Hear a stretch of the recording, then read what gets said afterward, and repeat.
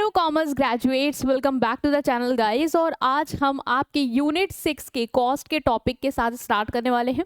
इससे पहले हमने प्रोडक्शन वाला देखा, ठीक है, काफ़ी कनेक्शन है, तो नहीं देखा है तो प्लीज़ देख के आना, क्योंकि मदद वहाँ से होने वाली है, तुम्हारा कॉन्सेप्ट कहीं ना कहीं यहाँ पे यूज़ होगा। ठीक है, तो हम समझेंगे कि कॉस्ट क्या होती है, कॉस्ट की मीनिंग क्या होती है, इसके टाइप्स क्या होते हैं, और साथ ही साथ जो भी तुम्हारा कॉस्ट के कर्व्स हैं, ठीक है, शॉर्ट रन के, लॉन्ग रन के, वो हम कवर करेंगे। Economies and dish economies of scale को भी देखेंगे। तो ये सारे टॉपिक तुम्हारे इस चैप्टर से हैं। तो चलो स्टार्ट करते हैं अपने फर्स्ट टॉपिक के साथ, that is meaning of cost. What do you mean by cost? Cost क्या होती है स्टूडेंट्स? देखो, हमने ना प्रोडक्शन किया, इनपुट से क्या बनाया, आउटपुट। अब तुम मुझे एक बात बताओ, क्या जब तुम इनपुट से आउटपुट बना रहे हो, ठीक है, जैसे मान लो मेरी बर्गर की शॉप है, ठीक है, हम लोग बर्गर बनाते हैं, अब मैं बर्गर प्रोड्यूस कर रही हूँ, तुम बताओ क्या फ्री में हो जाएगा? क्या कोई खर्चा नहीं आएगा? तुम बोलोगे ऑफ कोर्स आएगा मैम, सामान का खर्चा आएगा, फिर लेबर रखेंगे उसका खर्चा आएगा, शॉप लिए उसका रेंट आएगा, इलेक्ट्रिसिटी का खर्चा आएगा, मतलब बहुत सारे एक्सपेंस आएंगे। So what is this? This is your cost. Clear है? तो cost means expenditure incurred by a firm to produce good and services. मैंने तुमको बोला ना, मैं बर्गर बना रही हूँ, उसको प्रोड्यूस करने के लिए मुझे जितने भी खर्चे करने पड़ेंगे वो क्या होगी, मेरी कॉस्ट होगी। और वही चीज तुम्हें लिखा है, आप लिख सकते हो इसको। ठीक है, नेक्स्ट आते हैं कि कॉस्ट को, अभी थोड़ा सा मैंने पिक्चर आपके लिए ली है, थोड़ी सी मजा है। तो देखो ना, यहाँ पे क्या है, ये एक बर्गर स्टॉल है। आई नो तुम्हारा मन हो रहा है खाने का, but we can do it anything. ठीक है, अभी पढ़ना है। तो इसको बनाने के लिए, ये बर्गर स्टॉल है, इसका ये बर्गर बनाता है, ठीक है, तो इसके लिए उसको क्या क्या खर्चे करने पड़ रहे हैं हमें बेटा वो देखना है। देखो, जब फर्म कुछ प्रोड्यूस करती है तो उसे पैसे लगाने पड़ते हैं, भाई पैसा खर्चा होगा, ठीक है, सब्जियां लाएगा, ठीक है, लेबर को वेजेस देगा, मशीन खरीदेगा, ऐसे बनेगा कैसे, रेंट तुम्हें देना पड़ेगा जहाँ तुम्हारी शॉप है, इलेक्ट्रिसिटी का बिल पे करना पड़ेगा तुम्हें, ठीक है। तो ये सारे एक्सपेंसेस को हम क्या बोलते हैं? इसे हम बोलते हैं कॉस्ट, कॉस्ट ऑफ प्रोडक्शन। ठीक है, ये सारी चीजें तुम्हें यहाँ पे लिखी है। अब हम आ जाते हैं तुम्हारे नेक्स्ट टॉपिक पे, दैट इज कॉस्ट टाइप। बहुत इंपॉर्टेंट टॉपिक है बेटा कि कॉस्ट के कितने टाइप्स होते हैं। तुम देख पा रहे हो यहाँ पे मैंने बहुत सारे टाइप्स लिखे और हम एक एक टाइप समझने वाले हैं। ठीक है, फोकस के साथ समझना इजी है, कुछ इसमें नहीं है, बट पता होना चाहिए कि कॉस्ट क्या होती है, कितने टाइप्स की होती है। तुम्हें कॉस्ट तो पता है कि एक्सपेंडिचर, बट कितने तरीके के वो खर्चे हो सकते हैं वो हम देखने वाले हैं इसमें तुम्हारे टाइप्स में। तो हम एक एक करके सारे टाइप्स को डिस्कस करेंगे। सबसे पहला जो टाइप है हमारा, वो है हमारा accounting cost. Accounting cost simple समझो, जो भी हम रिकॉर्ड करते हैं खर्चा अपने बुक्स ऑफ अकाउंट में, ठीक, वो होती है तुम्हारी अकाउंटिंग कॉस्ट। समझ में आया कि नहीं आया? जो खर्चे, जैसे मान लो मेरी क्या है, ये बुक है, एक मिनट दिखाती हूँ, मान लो मेरी ये बुक है अकाउंट्स की, मैं जो भी खर्चे कर रही हूँ कि रॉ मटेरियल में इतना खर्चा हुआ, लेबर को इतनी सैलरी दे दी, इलेक्ट्रिसिटी का बिल इतना गया, रेंट इतना पे गया, ये जो भी मैंने रिकॉर्ड किया इस बुक पे, ये क्या होता है, ये हो रहा है मेरा अकाउंटिंग कॉस्ट। क्लियर हो गया? तो अकाउंटिंग कॉस्ट क्या होता है? Means actual money expense paid by a firm for production. मतलब जो पैसा, भाई मैं रिकॉर्ड क्या करूंगी, तुम बताओ क्या रिकॉर्ड करूंगी? जो वही खर्चा हुआ होगा, एक्चुअल में जो पैसा दिया होगा वही रिकॉर्ड करेंगे। तो वही बोल रहे हैं कि एक्चुअल मनी एक्सपेंस जो फर्म ने पे किए हैं प्रोडक्शन के लिए। अकाउंटिंग कॉस्ट को हम एक्सप्लिसिट कॉस्ट कहते हैं। क्यों एक्सप्लिसिट कॉस्ट कहते हैं? क्योंकि इसको हम रिकॉर्ड कर रहे हैं, वी आर एक्सप्रेसिंग इट। ठीक है, हिडन नहीं है, ये एक्सप्रेस हो रही है, हमें दिख रहा है ये खर्चा हुआ है, पैसा दिया गया है। तो this is what explicit cost भी कहते हैं इसको। या इसके और भी नाम है बेटा, आउटले कॉस्ट, मनी कॉस्ट, कुछ भी बोले तुम्हें याद रखना है, this is what, this is accounting cost. Means actual money जो भी तुमने पे किए हैं एक्सपेंस के लिए वो। ठीक है, जैसे बर्गर स्टॉल है तो तुम्हें रॉ मटेरियल का पैसा देना है, वेजेस का पैसा देना है, रेंट का देना है, इलेक्ट्रिसिटी, ये क्या है, ये सब एक्चुअल मनी एक्सपेंसेस जो तुम पे करोगे, ये क्या है, अकाउंटिंग कॉस्ट। बोल रहा है कि all these are accounting cost because money is actually paid and are recorded in books of account. Books of account में रिकॉर्ड करते हैं, मनी एक्चुअली पेड होता है, इसीलिए हम इसको अकाउंटिंग कॉस्ट कहते हैं। वेरी सिंपल, इसको एक्सप्लिसिट कॉस्ट भी कहते हैं, नाम याद रखना। नेक्स्ट आता है तुम्हारा इकोनॉमिक कॉस्ट। अब आते हैं हमें कि इकोनॉमिक कॉस्ट क्या होता है। देखो, इकोनॉमिक कॉस्ट जो होती है ना तुम्हारी, ये अकाउंटिंग कॉस्ट में अपने इंक्लूड करेगी। मतलब क्या होता है कि बहुत बार ऐसा तुम देखोगे कि जैसे मान लो मैंने रेंट, जो शॉप ली है मैंने, ठीक है, वो मैंने रेंट पे नहीं ली, मैंने अपनी शॉप, मेरे पास घर में एक दुकान खाली है, मैंने उस पे ही खोलवा दिया अपना बर्गर का स्टॉल। ठीक है, अब मैं ये सोच रही हूँ यार कि अगर मैंने ये दुकान किराए पे दी होती तो मुझे महीने का 20,000 रुपये मिल रहा होता, बट मैंने तो उसको अपनी दुकान बना दी। मैंने क्या किया, उसके चक्कर में अपने वो 20,000 जो मिल सकते थे उसको क्या कर दिया, खो दिया। आई एम मिसिंग दैट कि यार वो, या मैंने बिजनेस में पैसा लगा दिया। मैं सोच रही थी मैंने बिजनेस में मान लो 10 लाख लगा दिया, अब मुझे लग रहा है यार 10 लाख अगर मैंने बैंक में रखा होता है, कहीं इन्वेस्ट किया होता, उससे मुझे रिटर्न मिलता। तो I am missing those benefit जो मुझे मिल सकते थे। तो ये क्या होती है बेटा, ये होती है तुम्हारी इम्प्लिसिट कॉस्ट, इकोनॉमिक कॉस्ट। मतलब ये टोटल कॉस्ट ऑफ प्रोडक्शन का वो पोर्शन है जो एक्चुअल एक्सपेंस और अपॉर्चुनिटी कॉस्ट दोनों इंक्लूड करेगा। एक्चुअल एक्सपेंस मतलब क्या, जो पैसा पे करा मैंने, जो तुम्हारा अकाउंटिंग कॉस्ट था, जो एक्चुअली पे कर रहे हैं हमने एक्सपेंस, बट जो पे नहीं किए हैं, जैसे रेंट पे मैंने अपने घर की दुकान दे दी, मैं उसका पैसा नहीं दे रही हूँ, ठीक, बट मेरा वो एक नुकसान हो गया, मतलब कहीं और भाड़े पे जाती तो मुझे पैसा मिलता, तो वो अपॉर्चुनिटी कॉस्ट, एक मिस कर दी मैंने अपॉर्चुनिटी, उसकी वो क्या है, कॉस्ट है। अपॉर्चुनिटी क्या मिस कर दी कि अगर वो रेंट पे दी थी तो मुझे वो 20,000 मिलता, वो 20,000 मैंने गवा दिए, खो दिए, जाने दिए, क्यों, क्योंकि मैंने उसको अपनी दुकान बना दी। तो ये opportunity cost plus accounting cost को मिलके बनती है तुम्हारी इकोनॉमिक कॉस्ट। ये चीज़ आप याद रखोगे। टोटल कॉस्ट ऑफ प्रोडक्शन है जिसमें एक्चुअल एक्सपेंस और अपॉर्चुनिटी कॉस्ट दोनों आती है।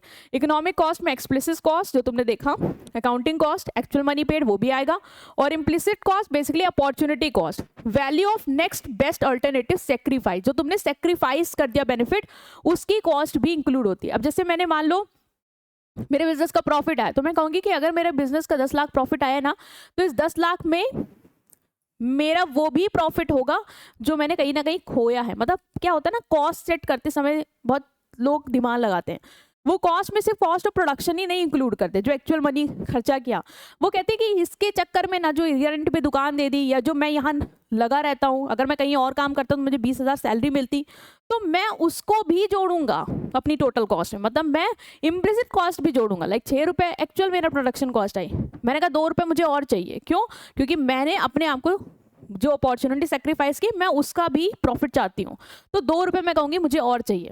ये थोड़ा मैं तुम्हें एक्सप्लेन कर रही हूँ कि मतलब होता क्या, थोड़ा डेप्थ में, ठीक है। 2 रुपये मुझे और चाहिए, देन हम सेट करते हैं कॉस्ट जिसे हम कहते हैं इकोनॉमिक कॉस्ट। और एक चीज़ और याद रखना, जो मैं 2 रुपये सेट कर रही हूँ ना, उसमें मैं अपना प्रॉफिट भी जोड़ लेती हूँ।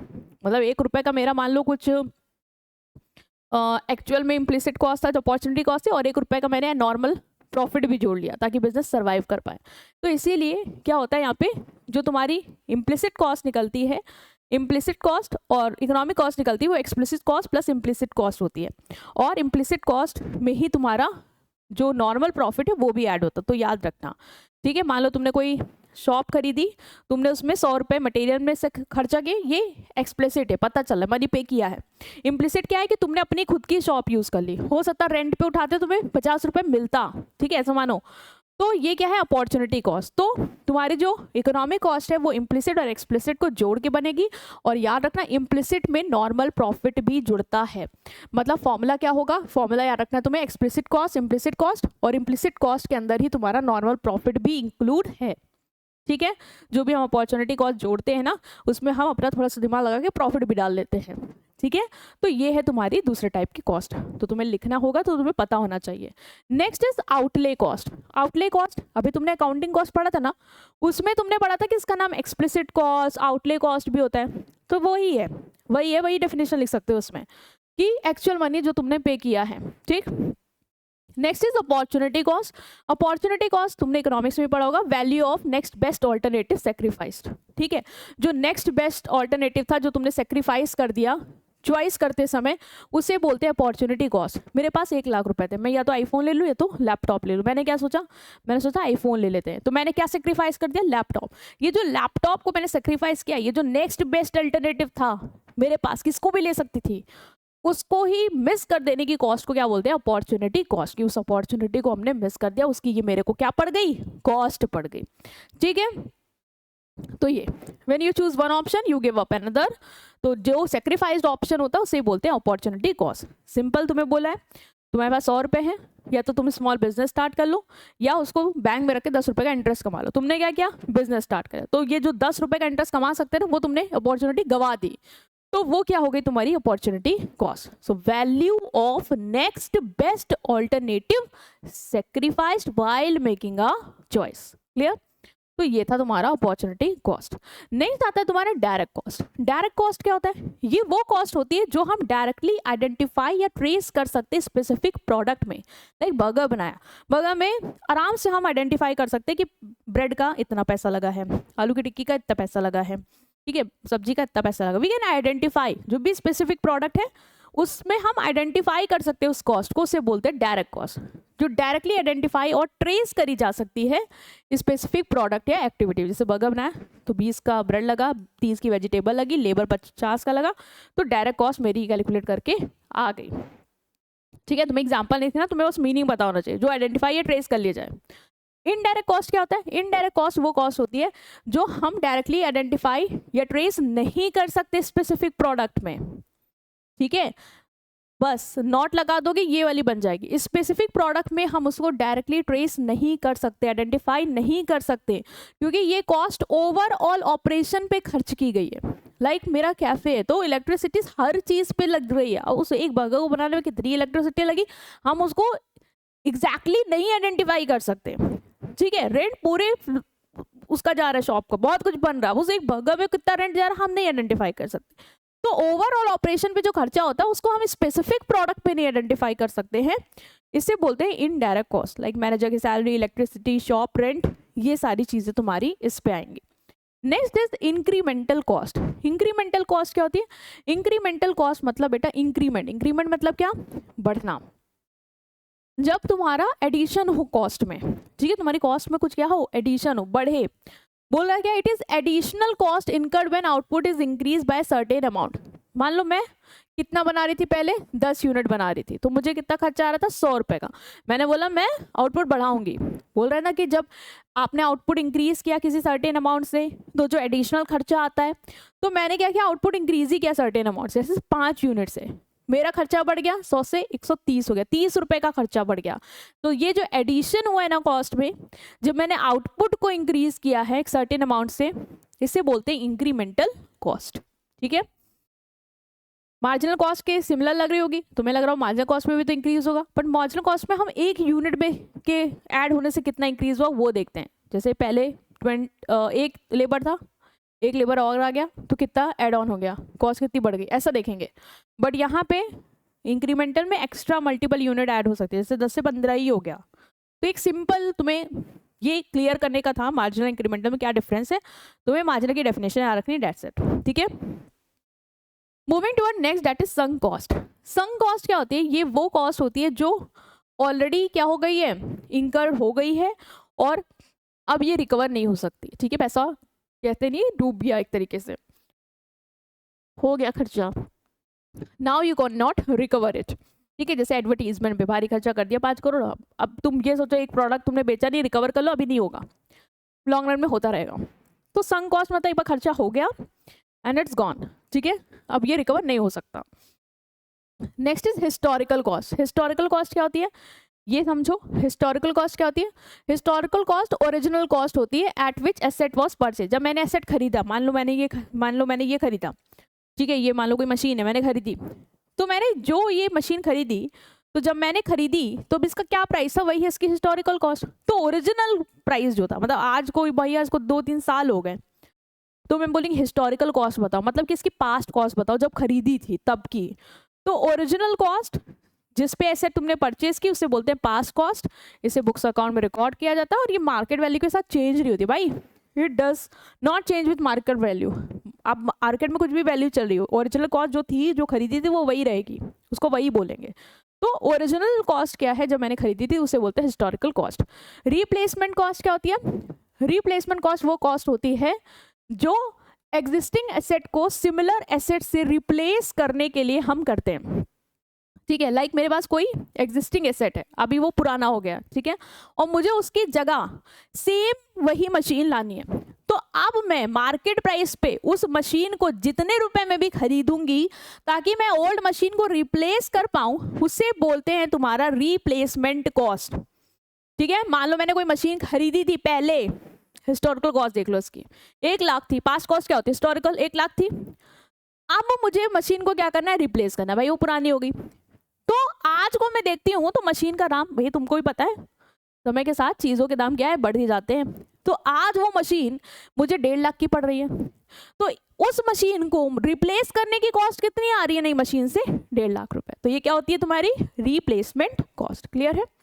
ओके, नेक्स्ट आते हैं हम तुम्हारे नेक्स्ट टॉपिक पे, डेट इज प्राइवेट कॉस्ट। क्या होती है? बहुत सारे टाइप से बेटा आ सकता है, 2-3 नंबर का कोई भी कॉस्ट एक्सप्लेन करने को तुम्हें पता होना चाहिए।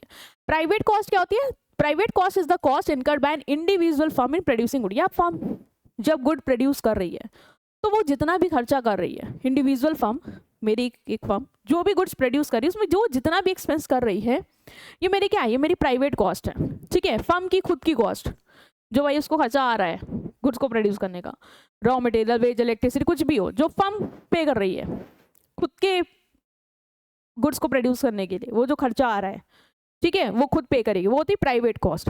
नेक्स्ट आती है सोशल कॉस्ट। अब तुम जब प्रोड्यूस करते हो, ठीक है, तो हो सकता है तुम्हारी केमिकल फैक्ट्री है, मान लो तुम पानी डाल में अपने केमिकल रिलीज करते हो, पानी पॉल्यूट होता है या धुआं निकलता है जिससे सोसाइटी का एरिया पॉल्यूट होता है, नॉइस क्रिएट होती है, मशीनें चलती हैं, तो है ना, ये सब तो होगा ही होगा। तो इससे सोसाइटी भी तो सफ़र कर रही है, तो वो कॉस्ट जो सोसाइटी को भी पे करनी पड़ रही है तुम्हारी वजह से, और जो तुम पे कर रहे हो, उन दोनों को मिला के मेरी बनती है सोशल कॉस्ट। क्लियर? तो टोटल कॉस्ट जो सोसाइटी बॉर्न करती है due to production of good and services, जो सोसाइटी बॉर्न करेगी टोटल कॉस्ट, तुम्हारी गुड्स एंड सर्विसेज बन रहे हैं उसकी वजह से जो सोसाइटी को टोटल कॉस्ट बॉर्न करनी पड़ रही है, ठीक है, वो होती है तुम्हारी सोशल कॉस्ट। इसमें प्राइवेट कॉस्ट और एक्सटर्नल कॉस्ट दोनों आएगी। प्राइवेट कॉस्ट जो तुमने फर्म ने पे किया, एक्सटर्नल कॉस्ट जो सोसाइटी ने सफ़र किया, ये दोनों मिलके हमारा सोशल कॉस्ट बनेगा। ठीक है, सो दिस इज इंपॉर्टेंट, ये हमने कवर किया। अब जो तो कॉस्ट आने वाली है ना बेटा, फिक्स्ड एंड वेरिएबल कॉस्ट, इससे अब तुम्हारी जर्नी कर्व्स को लेके शुरू होने वाली है। रेडी हो जाओ, कर्व्स बहुत इंपॉर्टेंट है। और एक बात और बोलूँगी कि कर्व्स की प्रैक्टिस करनी है तुम्हें, अच्छे से बना के देखने हैं ताकि एग्जाम में तुम उसको बना पाओ। ठीक है, इकोनॉमिक्स में कर्व्स वेरी इंपॉर्टेंट, और इस चैप्टर प्रोडक्शन चैप्टर में तुमने बहुत सारे कर्व्स देख लिए हैं, वही तुम अब फिर से देखने वाले हो। इंटरेस्टिंग है, मजा आएगी। हम स्टार्ट करेंगे फिक्स से, वेरिएबल से। 1 मिनट।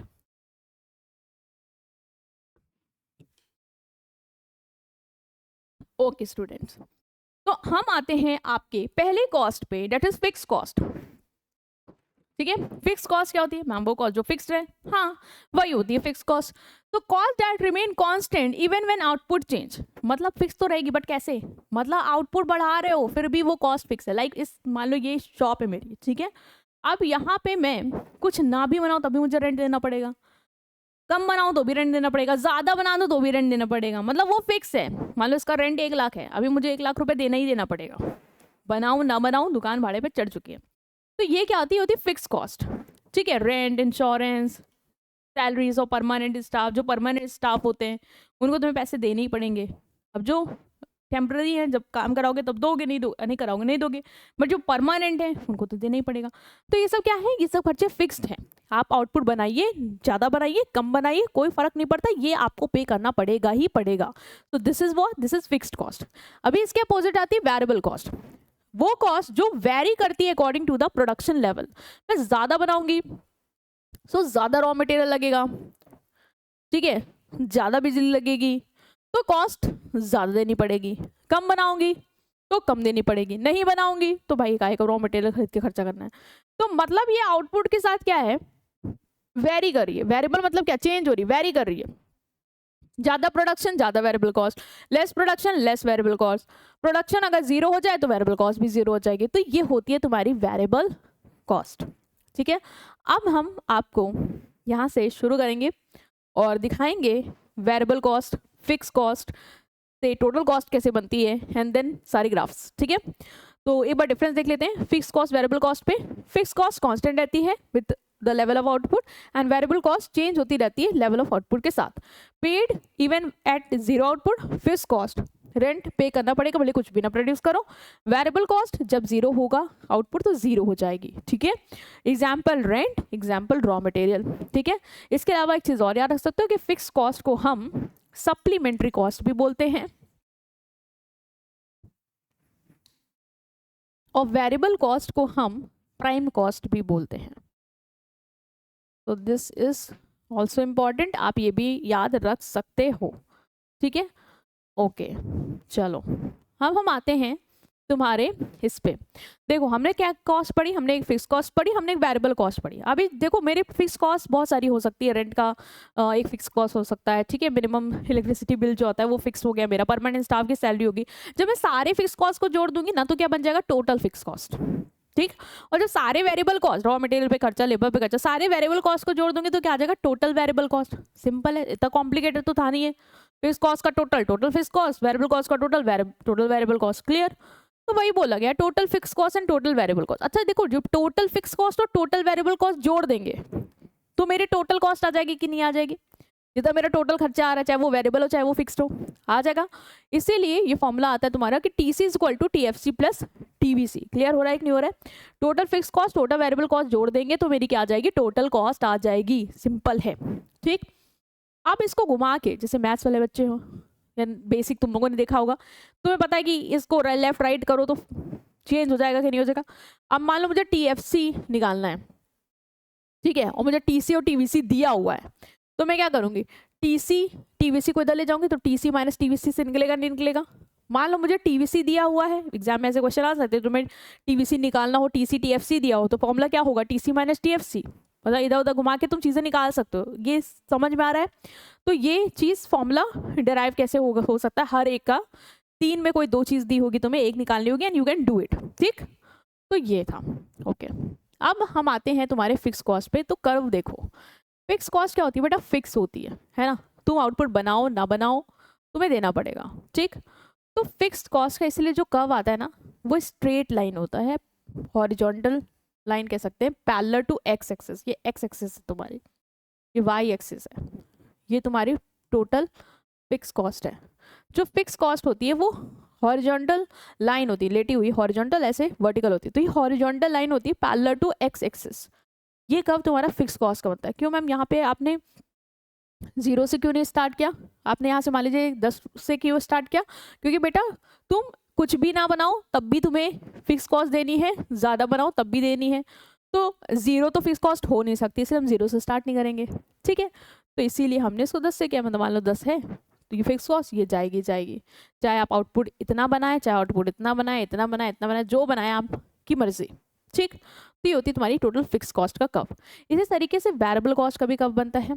कैसे बनेगा, अब वेरिएबल कॉस्ट में तुमने क्या देखा, वेरिएबल कॉस्ट में तुमने देखा कि चेंज होता रहता है with the level of output, और 0 भी हो सकता है, इसका मतलब हम 0 से स्टार्ट कर सकते हैं इसको, ठीक है। अभी वेरिएबल कॉस्ट क्या होती है बेटा, सबसे पहले जो तुम्हारी कॉस्ट होती है वो डिक्रीज होती है एंड देन इंक्रीज होती है, इसलिए ये एस शेप्ड का बनता है। क्या होती है पहले, तुम्हें पता है ना, डिक्रीज वाला मैं ऐसे बनाती, इंक्रीज वाला कब ऐसे होता है, याद है, मैंने तुम्हें पहले भी बता रखा है। तो सबसे पहले हम डिक्रीज करेंगे क्योंकि कॉस्ट मेरी अभी क्या हो रही है, डिक्रीज हो रही है, एंड देन फिर ये इंक्रीज हो जाती है। तो ये क्या है, टोटल वेरिएबल कॉस्ट का कर्व है, ठीक है। ये आपको कर्व सारे याद रखने हैं, टोटल वेरिएबल कॉस्ट का कर्व है, पहले डिक्रीज हुआ देन इंक्रीज हुआ। अभी मैम ये क्यों हुआ कि पहले डिक्रीज हुआ फिर इंक्रीज हुआ, इसका रीजन है लॉ ऑफ वेरिएबल प्रपोर्शन, जो तुम अभी बढ़ के आए हो प्रोडक्शन से। उसमें तुमने क्या पढ़ा था कि जैसे हम फिक्स फैक्टर के साथ वेरिएबल फैक्टर बढ़ाते जाते बढ़ाते जाते बढ़ाते जाते, तो सबसे पहले तो मेरा एफिशिएंसी होती है, मतलब पहले तुमने देखा था ना कि फायदा होता है, क्योंकि फिक्स फैक्टर था, एक लेबर आया, 2 लेबर आए, स्पेशलाइजेशन हो गई, प्रोडक्शन बढ़ रहा है, एंड फिर जब बहुत क्राउडेड होता है तो गिरना शुरू होता है, याद है। मतलब पहले तुमने देखा ना, इंक्रीजिंग रेट से इंक्रीज होता है, फिर डिक्रीजिंग रेट से इंक्रीज होता है, धीमे रेट से इंक्रीज होता है, देन फॉल हो जाता है। तो उसी की वजह से ये होता है। खुद सोचो, जब तुम्हारा इंक्रीजिंग रेट से इंक्रीज हो रहा है आउटपुट, तो कॉस्ट कम आ रही होगी कि नहीं आ रही होगी, मतलब फैक्टर अच्छे से यूटिलाइज हो रहे हैं तो कॉस्ट कम आ रही है अभी। बट जब तुम्हारा वो फेज आया जब डिक्रीजिंग रेट से इंक्रीज हो रहा है, फॉल हो रहा है, तब तुम्हें क्या लग रहा है, कॉस्ट बढ़ रही होगी, है ना, ओवर क्राउडेड हो रहा है, तुम्हारे कॉस्ट बढ़ रही है, एफिशिएंसी गिर रही है। इसीलिए यहाँ पे ये चीज़ देखने को मिलती है कि पहले डिक्रीज होता है क्योंकि कॉस्ट कम होती है, एंड देन फिर वो इंक्रीज होता है because of law of variable proportion, ठीक है। तो ये कर्व्स भी आपको याद रखने हैं, हम अच्छे से देख सकते हैं, इसको हमने यहाँ पे ऐसे ड्रॉ करा है, ठीक है। तो ये टोटल फिक्स कॉस्ट कर्व है TFC। तो आप देखो ये हॉरिजॉन्टल स्ट्रेट लाइन है पैरेलल टू एक्स एक्सिस, जो मैंने आपको बताया। वो क्यों है, क्योंकि हर लेवल आउटपुट में फिक्स कॉस्ट रहेगी, वो कभी 0 नहीं हो सकती, तो 0 से स्टार्ट नहीं करेंगे। TFC हमेशा सेम रहेगी, चाहे तुम 1 यूनिट बनाओ, 2 यूनिट बनाओ, 3 बनाओ, 4 बनाओ, 5 बनाओ, 10 बनाओ, 100 बनाओ, कितनी भी बनाओ, जो फिक्स कॉस्ट है वो तुम्हें उतनी ही देनी पड़ेगी। So this is TFC curve, ठीक है। इसके साथ जो हमने वेरिएबल देखा उसका कब देखो, मैंने बोला था इसको प्राइम कॉस्ट, अवॉइडेबल कॉस्ट और direct cost. Direct cost, avoidable cost, इस सबसे भी नाम से जानते हैं, ये भी याद रखना। ठीक है। ये टीवीसी क्या है, इनवर्सली एस शेप्ड कर्व है। एस शेप्ड कर्व है, वो भी कैसा, इनवर्स। ठीक है, इनवर्स, उल्टा एस बन रहा है। क्यों, क्योंकि लॉ ऑफ वेरिएबल प्रोपोर्शन से, मैंने ये भी बताया तुम्हें, क्योंकि टीवीसी कर्व पहले इंक्रीज होता है डिक्रीजिंग रेट से। पहले क्या हो रहा है, पहले इंक्रीज हो रहा है डिक्रीजिंग रेट से। ठीक है, डिक्रीजिंग रेट से इंक्रीज हो रही है। देन क्यों डिक्रीजिंग रेट से कॉस्ट इंक्रीज हो रही है, अभी ज्यादा कॉस्ट क्यों नहीं इंक्रीज हो रही है, क्योंकि अभी मेरे फैक्टर जो है फिक्स फैक्टर का अच्छा यूटिलाइजेशन हो पा रहा है वेरिएबल फैक्टर के एड ऑन होने से। बट जैसे और वेरिएबल फैक्टर आते जाते फिक्स कॉस्ट पे और क्राउडेड होते जाता है, वैसे ही मेरी कॉस्ट इंक्रीजिंग रेट से इंक्रीज होती है। अब डिक्रीजिंग रेट से नहीं बढ़ रही है कि धीरे धीरे बढ़ रही हो, अब इंक्रीजिंग रेट से बढ़ने लग जाती है। ठीक है, क्योंकि फिक्स फैक्टर लिमिटेड है, उस पर ओवर क्राउडेड हो रहा है वेरिएबल फैक्टर। तो ये चीज़ आपको याद होगी, जिन्होंने प्रोडक्शन पढ़ा वो क्लिक कर पा रहे होंगे, नहीं पढ़ा होगा तो वो मैं भी कंफ्यूज हो रहा हूँ। ठीक है, तो आपको पढ़ लेना है। अब टोटल कॉस्ट कैसे बनेगी, मैंने तुम्हें फिक्स कॉस्ट वेरिएबल कॉस्ट बता दिया।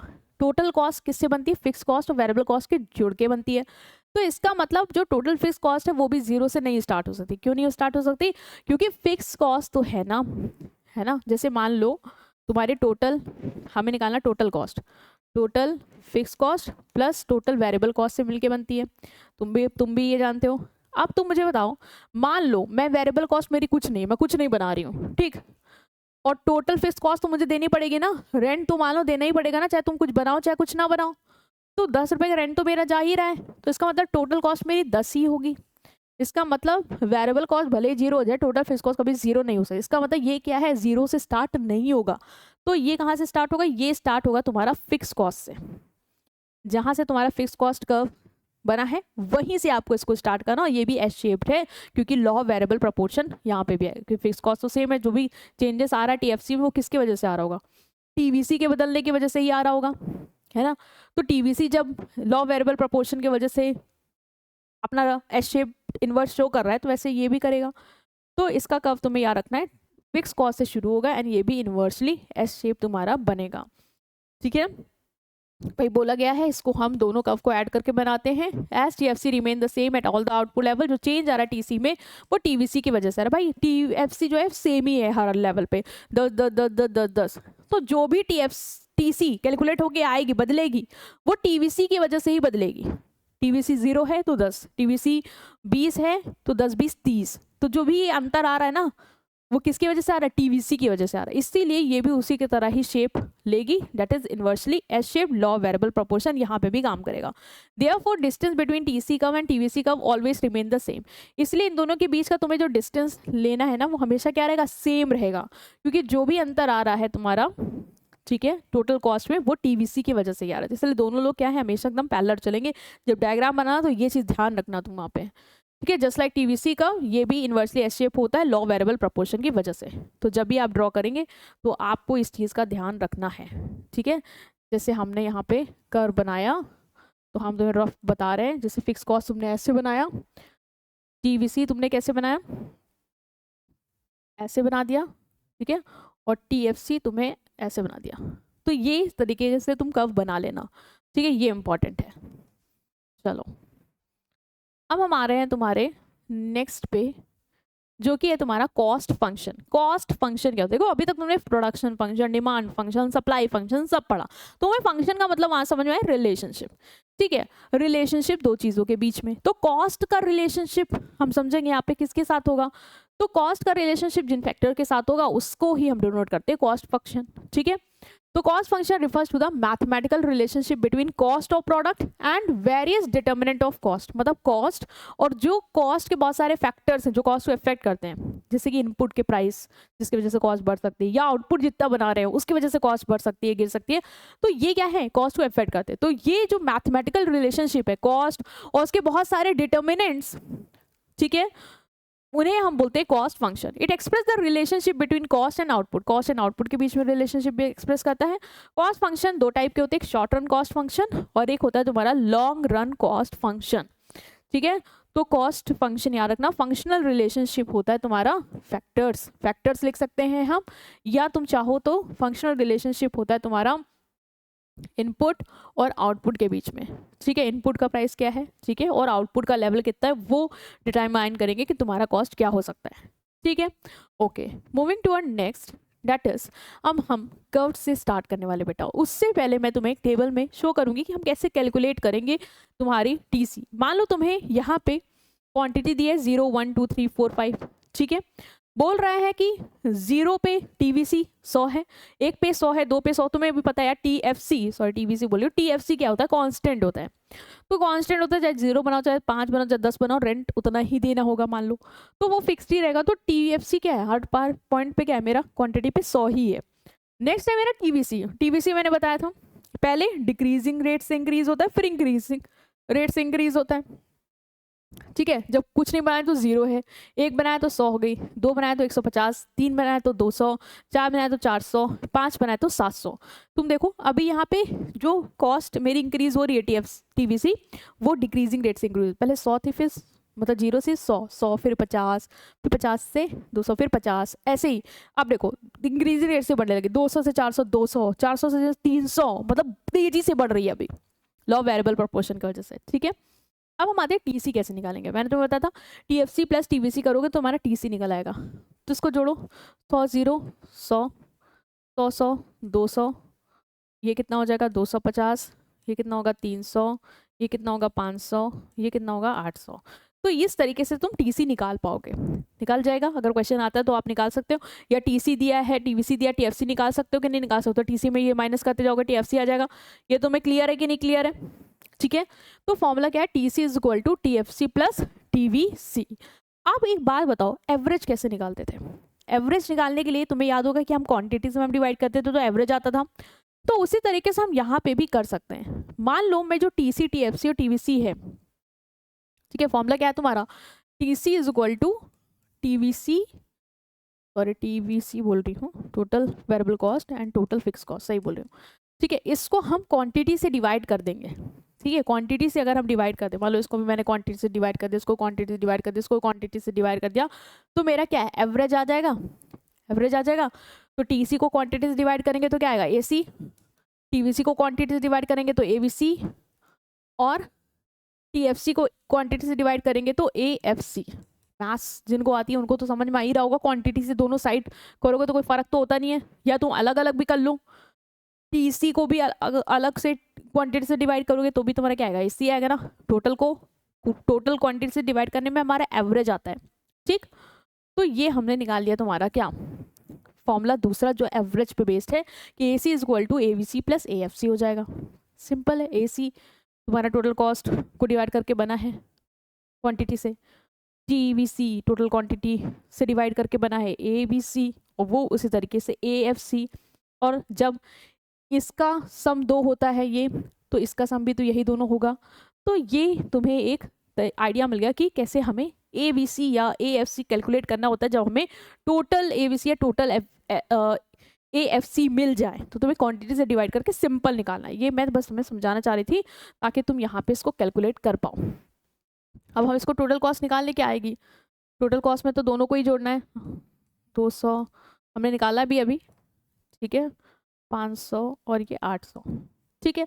अब तुम्हें निकालनी एसी। एसी कैसे निकलती है मैंने अभी बताया, टोटल कॉस्ट को तुम्हें डिवाइड करना है क्वांटिटी से।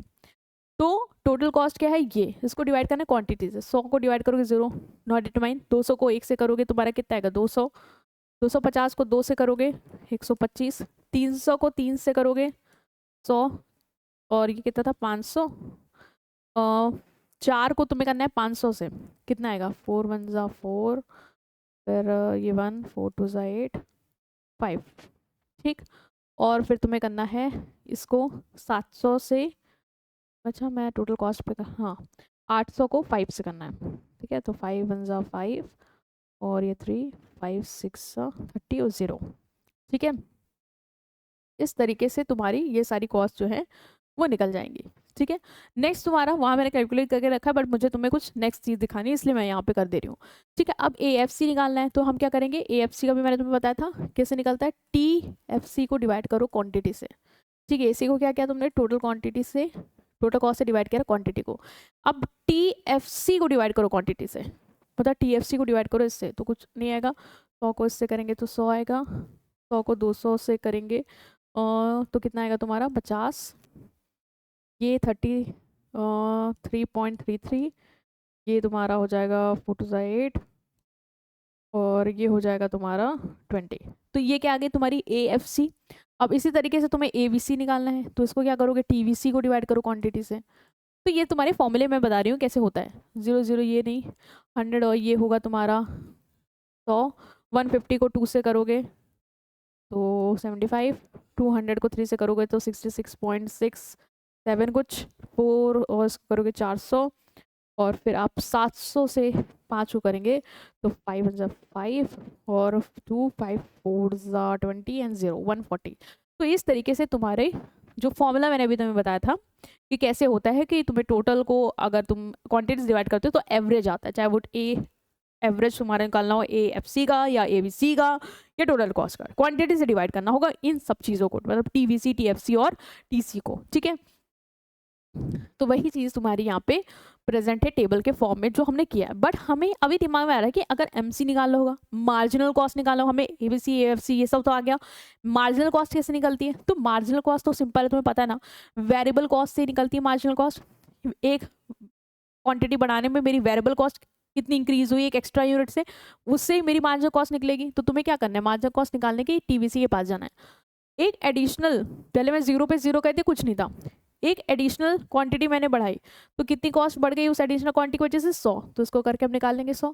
फिर एक और यूनिट बढ़ाई मैंने 1 से 2, तो इस एडिशन की वजह से मेरी कितनी कॉस्ट बढ़ी, तो 100 बना रही थी, अब मैं 2 क्वांटिटी बनाई जिससे मेरी 150 हो गई, तो मतलब 50 रुपये का इंक्रीमेंट हो गया। ठीक है, अब मैंने एक और बढ़ा दी, मैं 2 से 3 पे आ गई तो मेरी कॉस्ट 150 से 200 बढ़ गई, मतलब कि 50 का इंक्रीमेंट हो गया। फिर 3 से 4 हो गई तो मतलब 200 से 400 आ गई तो 200 का इंक्रीमेंट हो गया। एंड देन 4 से 5 आ गए तो मैं 300 का इंक्रीमेंट हो गया। तो ये मेरी क्या आ गई, मार्जिनल कॉस्ट। ठीक है, ये हो गई मेरी मार्जिनल कॉस्ट, जो कि तुम्हें पता चल गया फॉर्मूला इसका भी क्या है कि TVC से तुम्हें निकालना, मतलब TVC n से TVC n-1, फॉर्मूला याद है ना, TVC n से TVC n-1, मतलब जो ऊपर वाली यूनिट है n-1, उससे तुम्हें क्या करना है, माइनस करना है। ये कब होता है, जब सीरीज कॉन्टिन्यूस होती है। अगर सीरीज कॉन्टिन्यूस नहीं होगी, बताया था प्रोडक्शन, तो क्या करोगे, दूसरा फॉर्मूला यूज करोगे, डेट इज डेल्टा वाला फॉर्मूला। ठीक है, delta change in TVC upon change in quantity. ठीक है, वो आप तब यूज करते हैं, तो ये भी तुम्हें याद रखना है।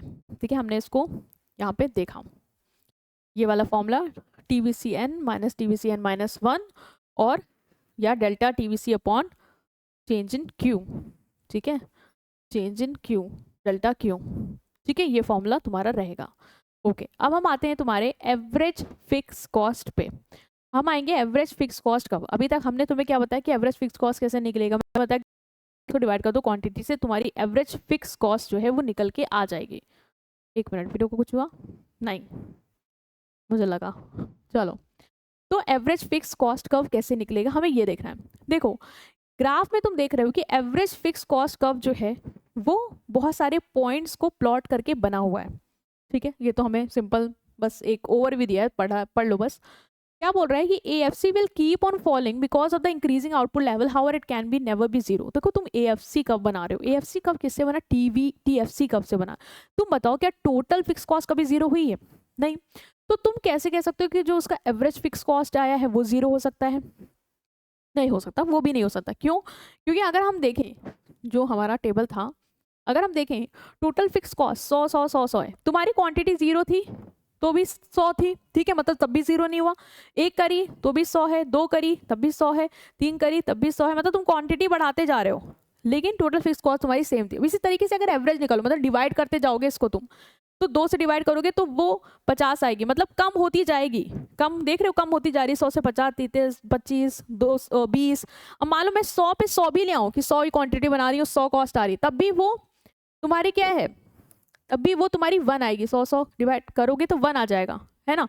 अगर तुम और बड़ा नंबर ले लोगे तो 0 पॉइंट समथिंग आएगा, बट कभी भी 0 नहीं होगा। तो ये चीज़ तुम्हें याद रखना कि जो AFC कर्व है ना वो फॉल तो करेगा, लेकिन तुम कभी इसको भी 0 से टच नहीं करो, कभी ये यहाँ पे टच नहीं हो सकता x एक्सिस या y एक्सिस, क्योंकि कभी भी 0 नहीं होगा चाहे कुछ भी हो जाए। ठीक है, तो जीरो नहीं हो सकता। देयरफॉर AFC कर क्या होती है, रेक्टेंगुलर हाइपरबोला। इसका शेप याद रखना है तुम्हें, इसका शेप कैसा बनता है, इसका शेप बनता है रेक्टेंगुलर हाइपरबोला। ये ऐसे फॉल होके आएगा, कभी भी एक्स एक्सिस वाई एक्सिस को टच नहीं करेगा। ये रेक्टेंगुलर हाइपरबोला होता है, मतलब कि इसके किसी भी पॉइंट से तुम कोई भी रेक्टेंगल बनाओगे तो उसका जो भी एरिया है वो इक्वल होगा, ऐसा बोला जाता है। ठीक है, मैथमेटिकल चीज है वो, पर तुम्हें याद रखना शेप रेक्टेंगुलर हाइपरबोला होता है। ठीक है, इट मीन AFC कर्व में कोई भी रेक्टेंगल बनेगा तो उसका एरिया सेम रहेगा। AFC curve does not touch X and Y axis. ये तुम्हें AFC कर्व के बारे में लिखना है, कभी भी X axis Y axis touch नहीं करेगा। तो जब भी आप AFC कर्व बनाएंगे तो आपको याद रखना है कि AFC कर्व का जो शेप होगा वो फॉल होगा, क्योंकि देखो TFC तुमने अभी देखा ना कि AFC गिरता जा रहा है, गिरता जा रहा है, गिरता जा रहा है ना, तो ये फॉल होगा, फॉल होता जाएगा, बट कभी भी एक्स और वाई एक्सिस को टच नहीं करेगा। शेप रेक्टेंगुलर हाइपरबोला होगा। ये सारी चीजें तुम्हें याद रखनी है। ठीक है, फॉल हो रहा है, क्यों फॉल हो रहा है ये देखो, तुमने देखा भी जो तुम्हारा AFC था पहले 100 था, फिर 50, फिर 33, फिर 25, फिर 20, ये गिरता ही तो जा रहा है, तो ये फॉल ही होता जा रहा है, बट कभी भी जीरो नहीं होगा। ठीक है, तो ये था तुम्हारा AFC का। Next is average variable cost. तुम्हारी एवरेज वेरिएबल कॉस्ट हो या एवरेज कॉस्ट हो या मार्जिनल कॉस्ट, सब यू शेप्ड बनेंगे। याद रखना, सबकी शेप यू शेप्ड होगी, ये एक चीज बता दे रही हूँ अभी। तो देखो एवरेज वेरिएबल कॉस्ट भी क्या है, तुम्हारा यू शेप्ड कर्व है। क्यों, लॉ वेरिएबल प्रोपोर्शन की वजह से, कि पहले तुम्हारा डिक्रीजिंग रेट से कॉस्ट इंक्रीज होती है, फिर कांस्टेंट में फिर इंक्रीजिंग रेट से इंक्रीज होती है। इसीलिए लॉ वेरिएबल प्रोपोर्शन की वजह से क्या हो रहा है, ये जो कर्व है तुम्हारा यू शेप्ड है। ठीक है, इन द बिगनिंग AVC क्या करेगी, फॉल करेगी, क्योंकि इंक्रीजिंग रिटर्न है टू द फैक्टर, मतलब फिक्स फैक्टर का बेटर यूटिलाइजेशन हो रहा है वहां पे। लॉ वेरिएबल प्रोपोर्शन पढ़ा था ना कि पहले क्या होता है, फिक्स फैक्टर का बेटर यूटिलाइजेशन होता है। जब तुम वेरिएबल फैक्टर ऐड करते हो तो उस वजह से तुम्हारा प्रोडक्शन बढ़ता है। ठीक है, कॉस्ट बेटर यूटिलाइज हो रहा है इनपुट, तो कॉस्ट कम हो रही होगी। ठीक है, इस वजह से बोल रहा है कि बिगनिंग में AVC कर्व गिरेगा। ठीक है, बट जब वो मिनिमम लेवल पे आ जाएगा उसके बाद, मतलब मिनिमम लेवल मतलब ऑप्टिमम लेवल की, अब इससे ज्यादा नहीं कम हो सकती कॉस्ट। अब अगर प्रोडक्शन बढ़ाओगे तो बढ़ेगी, तो उसके बाद वो इंक्रीज होने लगता है जैसे जैसे तुम आउटपुट बढ़ाते जाते हो। इसीलिए तुम देखोगे यू शेप, पहले गिरेगा फिर कांस्टेंट एंड देन फिर वो इंक्रीज होने लगेगी कॉस्ट। तो ये है तुम्हारा AVC कर्व। ठीक है, अगर हम इसको टेबल में भी देखें तो हमको भी वहां पे भी समझ में आएगा। AVC देखो पहले क्या है, 100 से 65, फिर तुम देख रहे हो यहाँ पे गिर रहा है, अब क्या है फिर से इंक्रीज होने लग गया। तो पहले गिरता है फिर इंक्रीज होता है, इसलिए इसका शेप क्या है, यू शेप। ठीक है, और लॉ वेरिएबल प्रोपोर्शन का भी मैंने तुम्हें केस बता दिया। नेक्स्ट इज एवरेज कॉस्ट का। एवरेज कॉस्ट का बिल्कुल एवरेज वेरिएबल कॉस्ट की तरह ही होगा। ठीक है, इसमें क्या होगा, ये भी यू शेप्ड होगा, कि पहले डिक्रीज होगा, मतलब गिरेगा, फॉल करेगा, then constant and then rise करेगा। ठीक है, तो एवरेज कॉस्ट कर्व को भी तुम्हें इसी तरीके से बनाना है। Once the output increase optimum level, फिर एवरेज कॉस्ट राइज हो जाएगी। इसी कर्व तुम्हें दिख रहा है इस तरीके से। इसका मतलब तुम्हारे एवरेज कॉस्ट हो या तुम्हारा AVC हो, ठीक है, दोनों यू शेप्ड बनेंगे। और एवरेज फिक्स कॉस्ट तो तुम्हें पता है कि वो फॉल करता हुआ बन रहा है, तो इसका मतलब शेप कुछ इस तरीके से तुम्हारी जाने वाली है कि एवरेज फिक्स कॉस्ट तुम्हारा ऐसे था, ऐसे एवरेज कॉस्ट तुम्हारा ऐसे, तुम्हें याद रखना है। और एवरेज वेरिएबल कॉस्ट जो है तुम्हारा वो तुम्हें इस तरीके से देखने को मिलेगा। ठीक है, दोनों ही तुम्हारे यू शेप्ड। अब तुम बोलोगे कि एवरेज कॉस्ट और एवरेज वेरिएबल कॉस्ट अगर दोनों यू शेप्ड तो पता कैसे चलेगा कि AC कौन है AVC कौन है। वो पता चलता है तुम्हें कि AC कर्व जो है वो AFC और AVC से मिलके बना है, इसलिए ये ऊपर बनता है, और एवरेज वेरिएबल कॉस्ट उसके नीचे से बनेगा। ठीक है, तो ये चीज़ तुम्हें याद रखनी है। देखो कर्व तुम्हारे बने हैं, एवरेज कॉस्ट देखो ऊपर बना है, देन उसके नीचे से तुम्हारा AVC जा रहा है। और ये जो फिक्स कॉस्ट कर्व है तुम कहीं से भी बना दो, कोई दिक्कत नहीं, तुम्हें यहाँ से भी बनाना है तो यहाँ से भी बना सकते हो। ठीक है, अप टू यू, तो ये तुम कैसे भी बना सकते हो, बट इसका कंडीशन याद रखना कि AC कर्व के नीचे से AVC होगा। और दूसरी चीज़ ये याद रखना कि जो AC कर्व है और AVC कर्व है, ये पहले इनका जो डिस्टेंस होता है वो ज़्यादा होता है, और फिर बाद में धीरे धीरे ये जो डिस्टेंस है ना वो कम होता जाता है, बट कभी भी एक दूसरे को कट नहीं करेगा। क्यों नहीं कट करेगा, क्योंकि AFC कभी जीरो नहीं हो सकता। AC कर्व किससे मिलके बना है, AVC और AFC से तो मिलके बना है। AFC कभी जीरो हो सकता है क्या, टोटल फिक्स कॉस्ट कभी जीरो हो सकती है क्या, नहीं। तो क्या क्वांटिटी डिवाइड करके उसका एवरेज जीरो हो सकता है क्या, नहीं। इसीलिए कभी भी ये दोनों से मिलेंगे नहीं, बट पहले दोनों का डिस्टेंस ज्यादा होता है, फिर धीरे धीरे कम होता है। क्यों मैम ऐसा कम क्यों होता जा रहा है, क्योंकि एवरेज फिक्स कॉस्ट तुमने देखा ना गिरती जा रही है, गिरती जा रही है, क्वांटिटी के बढ़ते वो गिरती जा रही है। इसीलिए पहले जब कम गिरी तो डिस्टेंस ज़्यादा था, एंड देन धीरे धीरे जैसे वो ज़्यादा से गिरती जा रही है वैसे वैसे उसके बीच के गैप जो है दोनों के बीच में कम होता जा रहा है, जा रहा है। तो AC curve will always lie above the ABC, मैंने तुम्हें बताया AC कर्व हमेशा ABC से ऊपर रहेगा, ठीक है, क्योंकि दोनों में क्यों ऊपर रहेगा, क्योंकि ABC और AFC दोनों से मिलके बना है, तो भाई बड़ा होगा ना, तो इसलिए ऊपर रहेगा, ठीक है। As the output level increase the gap between AC and ABC start decrease, मैं तुम्हें बताया कि जैसे जैसे आउटपुट का लेवल बढ़ता जाएगा वैसे वैसे इन दोनों का ये जो गैप है ना वो कम होता जाएगा, ठीक है। ये कर्व लेकिन कभी भी एक दूसरे को इंटरसेक्ट नहीं करेंगे, क्योंकि इन दोनों कर्व का जो गैप है ना वो AFC है, और AFC कभी जीरो नहीं हो सकता है, ठीक है। तो ये डायग्राम बनाते समय आपको याद रखना है। दूसरी चीज और कि अभी हमने ये नहीं देखा कि मार्जिनल कॉस्ट का कर्व कैसा होता है। मार्जिनल कॉस्ट का देखा कर्व क्या होता है कि मार्जिनल कॉस्ट जो AC है और ABC है इन दोनों को इनके मिनिमम पॉइंट पे कट करते हुए जाता है, होता वो भी यू शेप्ड है। अगर मैं यहाँ पे बनाऊँ ना तो मार्जिनल कॉस्ट कर्व क्या करेगा, इन दोनों को इनके एवरेज पॉइंट पे कट करके जाएगा। सही नहीं बना है ये, मतलब ऐसा पॉइंट अभी हम आगे देखेंगे जहाँ पे वो बिल्कुल इन दोनों को कट करते हुए जाएगा, वो होता है तुम्हारा मार्जिनल कॉस्ट का कर्व, ठीक है। चलो अब हम आते हैं तुम्हारे कुछ रिलेशनशिप पे, ठीक है। अब हम आएंगे आपके कुछ रिलेशनशिप पे कि MC AC के बीच में क्या रिलेशन, मतलब मार्जिनल कॉस्ट का सबसे हम कनेक्शन देखेंगे कि क्या होता है। मार्जिनल कॉस्ट मैंने तुम्हें बताया था कि जो TVC है उसको TVC n माइनस 1, मतलब एक एडिशनल यूनिट से जितना भी TVC इंक्रीज होता जा रहा है उससे माइनस कर करके MC निकाला था, ठीक है। अब हमें समझना है कि MC कर्व बनाएंगे हम और बाकी कर्व बनाएंगे और देखेंगे कि MC का इन सबसे क्या कनेक्शन है, ठीक है। कनेक्शन से क्वेश्चन आता है इसलिए इंपॉर्टेंट है तुम्हें सारे कनेक्शन देखने हैं। तुम्हें ये तो याद हो गया ना कि AFC ABC और AC कर्व बनाना, तो कैसे बनाना, AC ऊपर बनाना ABC उसके नीचे से बनाना, बट याद रखना कि डिस्टेंस पहले ज़्यादा होगा देन धीरे धीरे कम करते जाना, इंटरसेक्ट कभी मत करना, और AFC तो फॉल होता हुआ तुम दिखा सकते हो, ठीक है। अब हम तुम्हारा इस रिलेशनशिप पे आते हैं और इनको देखते हैं।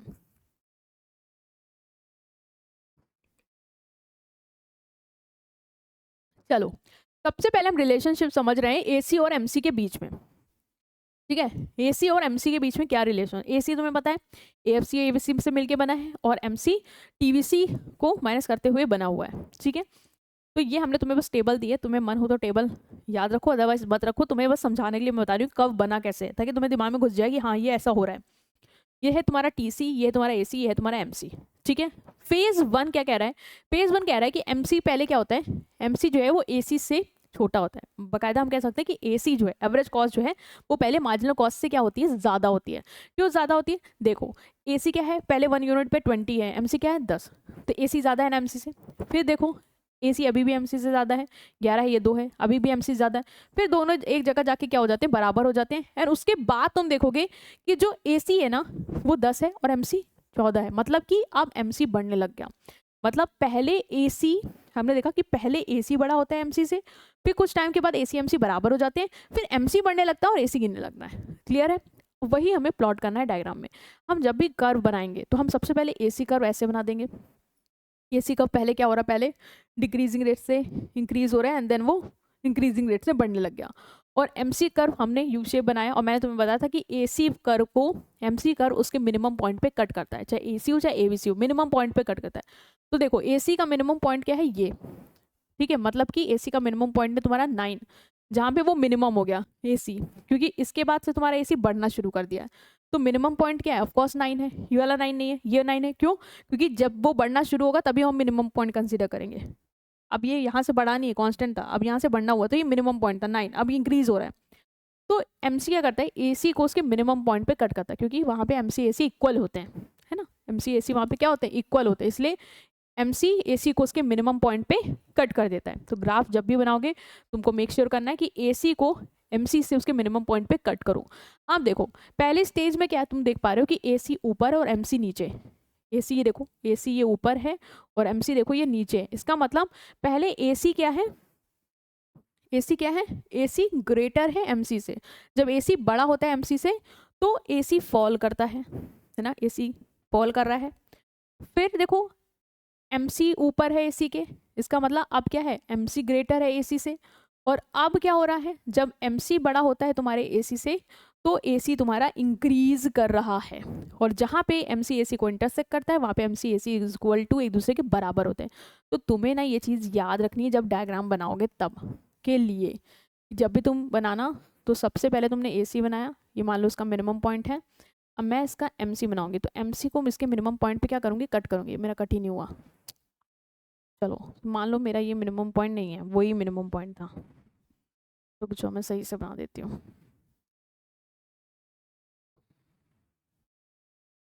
ठीक है, मान लो ये AC है तुम्हारा और इसका मिनिमम पॉइंट ये है, ठीक। तो MC क्या करेगा, AC को उसके मिनिमम पॉइंट पे कट करेगा, ठीक है। तुम्हें ये चीज़ याद रखनी, AC MC को उसके मिनिमम पॉइंट पे कट करता है, जहाँ वो कट करता है वहाँ पे AC MC एक दूसरे के बराबर है। तुमने देखा 9 9 वाला, ठीक है।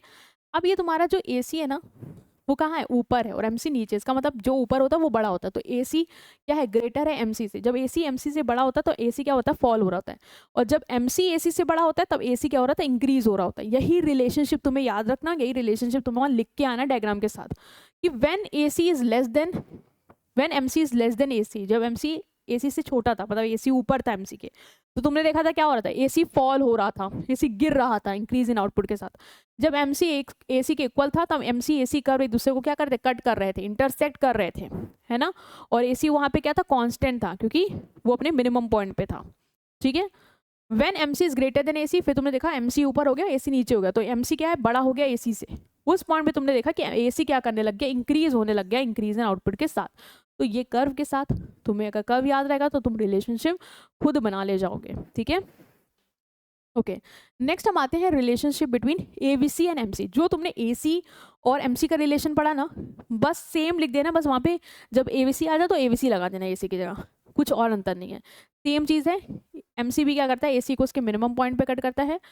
पहले AC ऊपर होता है, ABC ऊपर होता है, MC नीचे होता है, मतलब ABC ग्रेटर है MC से, और जब ABC ग्रेटर होता है MC से तो ABC फॉल कर रहा होता है, और जब MC ऊपर आ जाता है ABC के, मतलब MC ग्रेटर हो जाता है ABC से, तब ABC इंक्रीज हो रहा होता है। सेम जो रिलेशन उसका है वही रिलेशन इसका है, नथिंग चेंज्ड, ठीक है। When MC is less than ABC, ABC fall, MC is equal to ABC, ABC curve करते हैं, इंटरसेक्ट करते हैं, उस टाइम पे ABC कांस्टेंट होता है और अपने मिनिमम पॉइंट पे होता है। एंड देन जब MC बड़ा होता है ABC से तो ABC इंक्रीज हो रहा होता है, इंक्रीजिंग आउटपुट के साथ, ठीक है।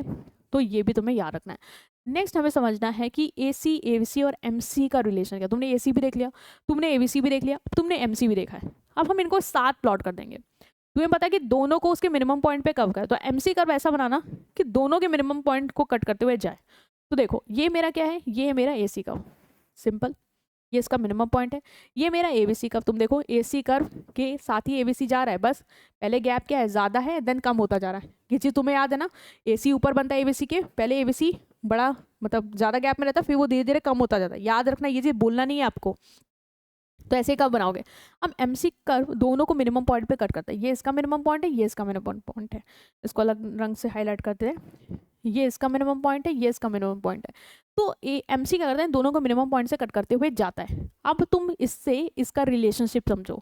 देखो सबसे पहले क्या है कि जो MC कर्व वो इन दोनों के क्या है, नीचे है ना, वो यहाँ है, ये दोनों का इसके ऊपर। इसका मतलब जब MC छोटा है इन दोनों से, या कह लो AC और ABC जब ग्रेटर होते हैं MC से, तो AC हो चाहे AFC दोनों क्या है, फॉल कर रहे हैं, गिर रहे हैं। फिर देखो जब MC इन दोनों के ऊपर आ गया तब क्या हुआ, AC और ABC दोनों इंक्रीज करने लग गए। वही जो उस तरीके का रिलेशन देखा ना, वही है, बस अब साथ हम बोलेंगे, ठीक है। और MC दोनों को मिनिमम पॉइंट पे कट करता है। सबसे पहले मिनिमम पॉइंट ABC का है, याद रखना, लेफ्ट में मिनिमम पॉइंट सबसे पहले ABC का पड़ता है, और AC का थोड़ा ऊपर होता है उसके, दैट इज राइट साइड में AC का मिनिमम पॉइंट। तो जब भी कर्व बनाना तो कोशिश क्या करनी ही पड़ेगी कि ABC का मिनिमम पॉइंट यहाँ रहे, और जब तुम ABC बनाओ तो उसका मिनिमम पॉइंट यहाँ रहे, ठीक है। तब वो MC इन दोनों को ऐसे कट करते हुए जाएगा, ठीक है। तो कर्व बनाते टाइम आपको ये सब चीज़ें याद रखनी है, ठीक है। तो बोला जब MC लेस देन है बोथ दोनों से, तो तुमने देखा दोनों फॉल हो रहे थे। जब MC कट करता है AC को, ठीक है, याद रखना दोनों के मिनिमम पॉइंट पे कट करेगा, और जब MC बड़ा था दोनों से तब दोनों बढ़ रहे थे, ठीक है। तो ये था इन दोनों के बीच में, इन तीनों के बीच में रिलेशन। अब आता है तुम्हारे दो रिलेशन और, ठीक है, रिलेशन है काफ़ी। अब आता है तुम्हारे relationship between MC and TVC, मतलब सबके साथ ही रिलेशन है। देखो MC का TVC के साथ भी रिलेशन है। क्या रिलेशन है, बोला जब MC fall TVC increase at decreasing rate. अब इसको अगर हम प्लॉट करें, ठीक है, अगर हम इसको प्लॉट करें, मान लो ये तुम्हारा ऊपर मैं बना रही हूँ टीवीसी कर्व, ठीक है, और नीचे बना रही हूँ तुम्हारा एमसी कर्व। टीवीसी कर्व तुम्हें पता है कैसे बन रहा था, पहले डिक्रीजिंग रेट से इंक्रीज हो रहा था, देन इंक्रीजिंग रेट से, तो एस शेप था, 0 से स्टार्ट हो रहा था, ठीक है, ये मेरा टीवीसी कर्व है। एमसी कर्व को हम क्या बनाएंगे, अब देखो यहाँ से इसने टर्न लिया, मतलब यहाँ तक वो तुम्हारा क्या हुआ, डिक्रीज हुआ, देन यहाँ से इंक्रीज हुआ, तो इसी पॉइंट से ना तुम्हें एमसी का मिनिमम पॉइंट खींचना है। ये चीज़ तुम अपना ऐसे रफ बना लेना, ताकि जब डायग्राम बनाना तो ये चीज़ तुम्हारी ऐसे आए। तो ये हो गया एमसी का मिनिमम पॉइंट, यही तुम्हारा कर्व ऐसे बनेगा, ये एमसी का मिनिमम पॉइंट है। बोला when MC falls TVC increase at increasing rate, देखो एमसी यहाँ क्या है, एमसी यहाँ पे फॉल कर रहा है, तब तुम्हारा टीवीसी क्या हो रहा है, टीवीसी तुम्हारा इंक्रीज हो रहा है डिक्रीजिंग रेट से, हो रहा है कि नहीं हो रहा है, हाँ हो रहा है, डिक्रीजिंग रेट से इंक्रीज हो रहा है अभी।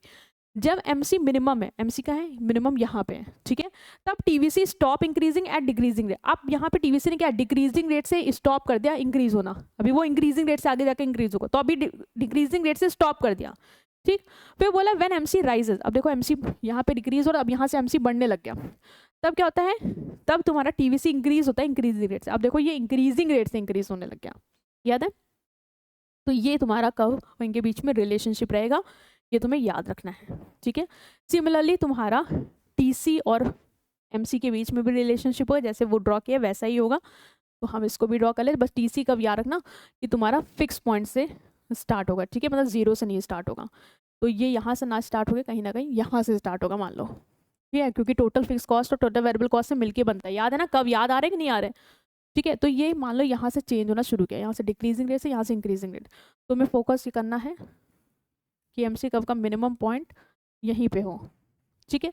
तो अब इसका भी देख लो रिलेशनशिप क्या है, ये एमसी है, इसका भी देख लो मिनिमम, इसका भी देख लो रिलेशनशिप क्या है, इसका भी रिलेशनशिप वही है, when MC fall TC increase at decreasing, MC गिर रहा है, टीसी डिक्रीजिंग रेट से इंक्रीज हो रहा है, जब एमसी मिनिमम है तो टीवीसी ने स्टॉप कर दिया है डिक्रीजिंग रेट से इंक्रीज होना, फिर जब एमसी बढ़ रहा है तो टीवीसी तुम्हारा इंक्रीजिंग रेट से इंक्रीज हो रहा है, ठीक है बेटा, जो उसका रिलेशन है वही सेम है, बस कब बनाते समय याद रखना है, इसको थोड़ा ऊपर से बनाना है, ठीक, तो सेम है, ओके। तो हमने ना रिलेशनशिप वाली सारी चीज़ें तुम्हारी देख ली, अभी तक हमने जितने कर्व पढ़े वो सब तुम्हारे शॉर्ट रन कर्व थे, क्लियर है, अभी हम आगे हैं, अभी तक हमने तुम्हारे जितने भी कर्व पढ़े वो सब मैंने तुम्हें शॉर्ट रन वाले कर्व बनाए।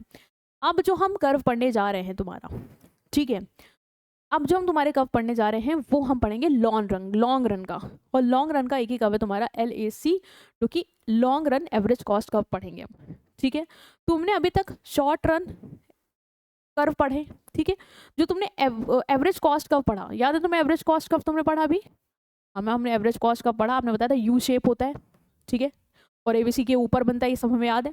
तो एवरेज कॉस्ट कर्व को ही शॉर्ट रन में था, तो हम उसको SAC लिख सकते कि नहीं लिख सकते, शॉर्ट रन एवरेज कॉस्ट का, क्योंकि अभी जितने कर्व पढ़े मैंने बताया सब शॉर्ट रन के थे, तो वो average cost curve short run का था, तो SAC लिख सकते हैं, short run average cost curve, कोई दिक्कत नहीं है, ठीक है। अब पहले तुमने देखा था ना ये डिक्रीजिंग रेट से इंक्रीज हो रहा था, फिर ये अपने मिनिमम पॉइंट पे आया, देन इंक्रीजिंग रेट से इंक्रीज होने लग गया, ठीक है, ये याद है।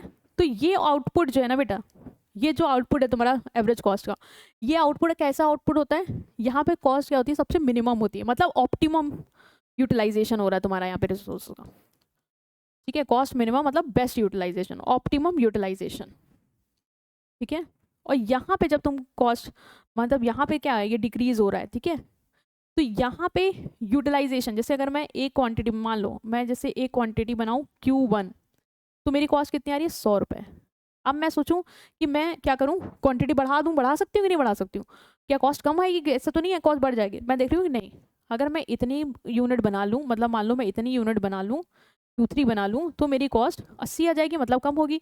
और मैं सोचूं कि मुझे और क्वांटिटी बनानी, तो मैं और क्वांटिटी मान लो उसमें बना लूँ, तो मेरी कॉस्ट और कम हो जाएगी, मतलब कॉस्ट जो है वो यहाँ तक क्या हो रही है, मेरी डिक्रीज हो रही है जैसे जैसे मैं क्वांटिटी बढ़ाती जा रही हूँ। क्यों, क्योंकि अभी यूटिलाइजेशन और हो सकता है मशीन का, ठीक है, तो जितना ज़्यादा यूटिलाइजेशन बेटर करते जाएंगे, तुम्हें पता है जब बेटर यूटिलाइजेशन होता जाएगा तो कॉस्ट अभी कम होगी ही होगी, क्योंकि हम ज़्यादा आउटपुट का बेटर यूटिलाइजेशन कर रहे हैं, ठीक है। तो यहाँ तक तुम देख रहे हो कि कॉस्ट तुम्हारी क्या हो रही है, डिक्रीज हो रही है, फिर एक मिनिमम पॉइंट आ गया। अब अगर मैं सोचूं कि मुझे इतनी क्वांटिटी बना लेनी चाहिए Q5, मान लो मैं बोली मैं इतनी क्वांटिटी बना लूँ, तो तुम्हें क्या लग रहा है कॉस्ट बढ़ेगी कि नहीं बढ़ेगी? अब कॉस्ट मेरी देखो बढ़ना शुरू हो गई, मतलब कि यहाँ तक कॉस्ट जैसे जैसे आउटपुट बढ़ाई थी तो गिर रही थी, देखो ना गिर रही है, जैसे जैसे बढ़ाती जा रही थी, बट यहाँ से अब मैंने बढ़ाना शुरू किया ना तो वो क्या हो रही है, कॉस्ट मेरी बढ़ रही है। इसका मतलब मिनिमम पॉइंट तक अगर हम प्रोडक्शन करते हैं तो कॉस्ट सही रहेगी, ऑप्टिमम यूटिलाइजेशन है। बट जैसे जैसे हम उसको और ज़्यादा यूटिलाइज करना शुरू कर देंगे मशीन को, मान लो बहुत घिसने लग जाएंगे, तो हो सकता है मशीन के खर्चे जो है वो बढ़ जाए, उसको रिपेयर कराना, सबकी कॉस्ट मेरी इंक्रीज हो जाए। ठीक है, तो ये तुम्हारा एक सिंपल मैं तुम्हें शो करना चाह रही थी कैसे होता है। तो यहाँ तक तुमने देखा कि यहाँ तक ये जो है जब वो फॉल हो रहा है तो यहाँ पे मशीन का क्या है, अंडर यूटिलाइजेशन। अंडर यूटिलाइजेशन क्यों मैम? क्योंकि जैसे जैसे तुमने देखा ना मैं क्वांटिटी बढ़ाती जा रही हूँ वैसे वैसे कॉस्ट कम होती जा रही है, मतलब यहाँ तक मशीन अभी पूरी तरीके यूटिलाइज नहीं, यहाँ पे पूरी तरीके से यूटिलाइज हुई मिनिमम पॉइंट पे। तो यहाँ से अगर आप बढ़ाते जा रहे हो ना आउटपुट तो सही है, अंडर यूटिलाइजेशन वाली स्टेज है, आप क्वांटिटी बढ़ाइए ताकि आपकी कॉस्ट कम हो जाए। बट जैसे मैं यहाँ पे आ गई तो मैंने क्या करना शुरू कर दिया, ओवर यूटिलाइजेशन। ओवर यूटिलाइजेशन में तुमने देखा ना क्या हो रहा है, मेरी कॉस्ट इंक्रीज हो रही है। तो ये 3 फेजेस हैं जो मैंने तुम्हें समझाने की कोशिश की। जब ये डिक्रीज हो रहा है तो यहाँ पे अंडर यूटिलाइजेशन है, मिनिमम पॉइंट है मतलब ऑप्टिमम यूटिलाइजेशन है, इससे ज़्यादा अगर तुम करोगे प्रोडक्शन तो कॉस्ट बढ़ेगी, जो कि हमने आगे देखा ओवर यूटिलाइजेशन पे। ठीक है, तो अब आते हैं तुम्हारे long run average cost curve पे। देखो जो ये long run average cost curve है ना, ये बहुत सारे शॉर्ट रन एवरेज कॉस्ट को मिला के बना हुआ है। ठीक है, तुमने भी शॉर्ट रन कॉस्ट मैंने तुम्हें अकेला दिखाया कि कैसे क्या है। अब इन्हीं शॉर्ट रन एवरेज कॉस्ट को मिला के मेरा लॉन्ग रन एवरेज कॉस्ट का बनता है। क्यों? क्योंकि लॉन्ग रन में ना बेटा हम जो प्लांट है, ठीक है, हर फैक्टर वेरिएबल होता है, इंक्रीज कर सकते हैं, मतलब मशीन इंक्रीज करते हैं, वेरिएबल फैक्टर इंक्रीज कर सकते हैं, प्लांट इंक्रीज कर सकते हैं। मान लो एक प्लांट ऐसे VAC को प्लांट कर्व भी बोलते हैं, क्योंकि ये हमें बताता है कि हम कितनी मशीनरी को यूटिलाइज कर रहे हैं। और लॉन्ग रन में तो हम मशीन बढ़ाते सकते हैं ना, तो एक प्लांट का हो गया, फिर एक और प्लांट ले आए, फिर एक और प्लांट ले आए, फिर एक और प्लांट ले आए, एक और प्लांट ले आए, ऐसे करके हम इंक्रीज कर सकते हैं लॉन्ग रन में अपने प्लांट्स, अपनी मशीनरी। तो ये जो लॉन्ग रन एवरेज कॉस्ट है वो हमारे बहुत सारे SAC से बना, मतलब जितने भी हम प्लांट बढ़ाते गए उस लॉन्ग रन में। ठीक है, तो ये तुम्हारा कर्व इस तरीके से बनेगा, तुम्हें इस तरीके से ड्रॉ करना है। चाहो तुम इसमें ये SAC दिखाओ वरना मत दिखाओ, तुम इसको ऐसे भी बना के शो कर सकते हो। ठीक है, ऐसे भी तुम इसको शो कर सकते हो और यहाँ पे लिख सकते हो LAC। ठीक है, बट तुम्हें समझने के लिए यहाँ पे एक चीज़ समझाऊंगी कि देखो ये तुम्हारा एवरेज कॉस्ट है, ये आउटपुट है।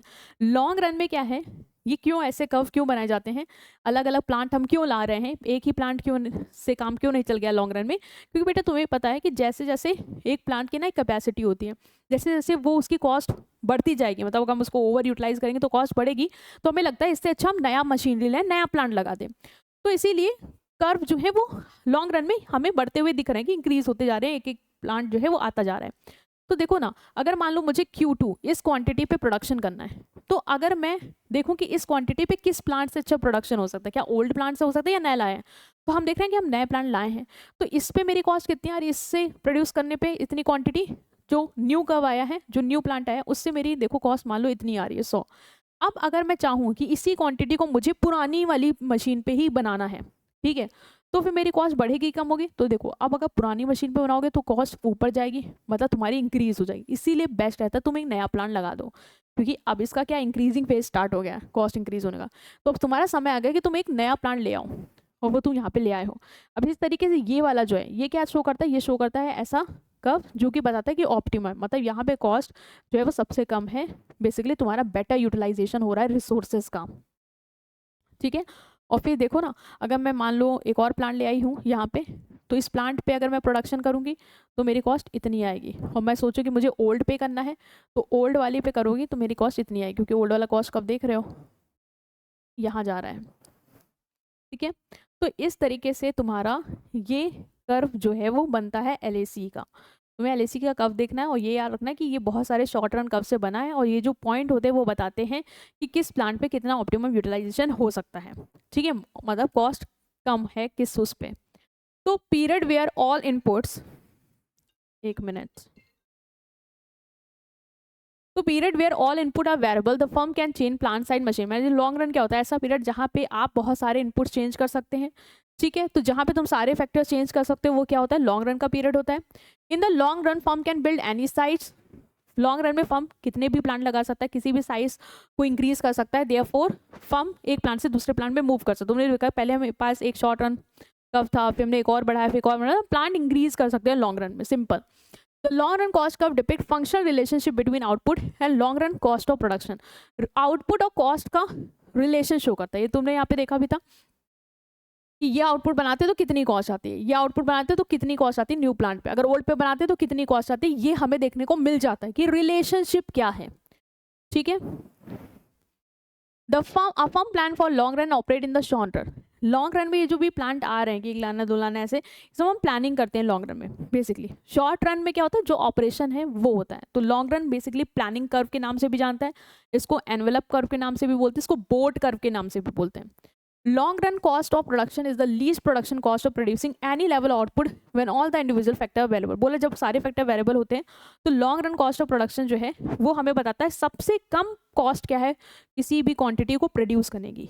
ठीक है, क्योंकि तुम देख रहे हो हर उस पे, हर लॉन्ग रन पे जहाँ पे भी क्वांटिटी आ रही है ना, वो सबसे कम वाले पॉइंट पे ही टच करके बता रहा है कि कम से कम तुम्हारी जो है वो कॉस्ट कितनी हो सकती है। ठीक है,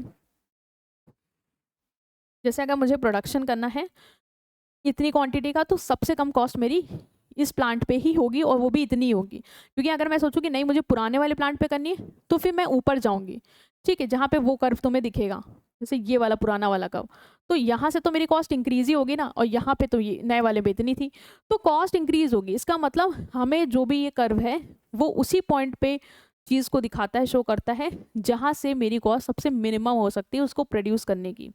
ठीक है, और एक चीज़ और याद रखना, वो क्या कि ये जो तुम्हारे कर्व्स होते हैं ना, ये जो तुम्हारे कर्व्स होते हैं जैसे मैंने तुम्हें बताया था कि पहले क्या होगा, पहले देखो कॉस्ट जो है वो डिक्रीज हो रही है। ठीक है, मतलब डिक्रीजिंग रेट से बढ़ती है, फिर ये मिनिमम आता है, फिर ये इंक्रीजिंग रेट से बढ़ता है। तो ये वाला जो फेज है ना जब कॉस्ट जो है डिक्रीजिंग रेट से इंक्रीज हो रही है एलएसी में, इसे हम क्या बोलते हैं, इसे हम बोलते हैं इसे हम बोलते हैं इकोनॉमीज ऑफ स्केल। मतलब यहाँ पे बेटर यूटिलाइजेशन जो है वो हो सकता है। ठीक है, और यहाँ से जहाँ से मेरी कॉस्ट बढ़ना शुरू हो गई, एवरेज कॉस्ट इंक्रीज होने लगी जैसे जैसे आउटपुट बढ़ रहे हैं, तो इसे हम बोलते हैं डिस इकोनॉमीज ऑफ स्केल। ठीक है, ओवर यूटिलाइजेशन हो रहा है मशीन का, यहाँ पे अंडर यूटिलाइजेशन हो रहा है। यहाँ पे मैंने तुम्हें बताया था कांस्टेंट, वो हमने वहाँ पे डिस्कस कर दिया, वही चीज़ यहाँ पे रिपीट हो गई।